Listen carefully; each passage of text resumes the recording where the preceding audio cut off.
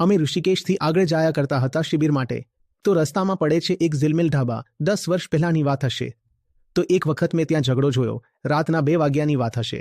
ત્યાં બસ આવીને ઊભી. બસમાંથી લોકો નીકળીને લોકો પેશાબ કરવા લાગ્યા. તેટલામાં ઝઘડાની અવાજ આવી. કંઈ ધમાસાન થઈ રહ્યું હતું. મારો રસ જાગે નહીં એવું કેમ બની શકે છે? હું ગયો. મેં કહ્યું જોઉં તો શું છે. ઢાબાનો માલિક કહી રહ્યો હતો કે યાર તમે બધા અહીં ખુલ્લામાં પેશાબ કરો છો, તો મારા માણસો નહીં ઊભા રહે દુર્ગંધના કારણે.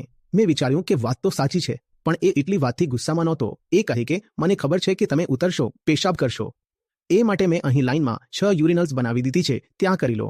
મેં જોયું 6 ખાલી છે. હવે તો વાત વધુ રસપ્રદ બની ગઈ કે 6 પણ ખાલી છે. આ બધા જઈને ખુલ્લામાં કેમ પેશાબ કરે છે અને માલિક તો તડપી રહ્યો છે. જ્યારે વાત બહુ ગંભીર બની ગઈ તો એક જણ બોલે છે, જુઓ ભાઈ સાહેબ, અમારી તો ખુલ્લામાં જ ઉતરે છે. બોલે છે આ બધા રૂમ બંધ કરીને મૂક્યા છે ને આ બધું છે. એવામાં તો અમારી ઉતરતી જ નથી. જ્યાં સુધી કંઈક મસ્ત ખુલ્લી સાફ જગ્યા ના હોય તો અમને ઉતરે જ નહીં. અહીં સુધી કે સામે ટોયલેટ ઉપલબ્ધ હોય તો પણ ત્યાં નહીં જઈએ. જ્યાં લોકો ખાવા બેઠા છે એના માત્ર 20 હાથ દૂર જઈને ખુલ્લામાં પેશાબ કરે છે, અને ત્યાં મહિલાઓ પણ હાજર છે જેઓ ખાઈ પી રહી છે. અને આપણે સ્ત્રીઓ પર અંગ પ્રદર્શનનો આરોપ લગાવીએ છીએ. સ્ત્રીઓ તો ચાલો કંઈક બહારથી અંગ પ્રદર્શન કરતી હશે, પણ જેણે હાઈવે પર મુસાફરી કરી હોય એને તો પુરુષોના બધા જ અંગ જોઈ લીધા હશે. આ પૃથ્વી છે જ શા માટે?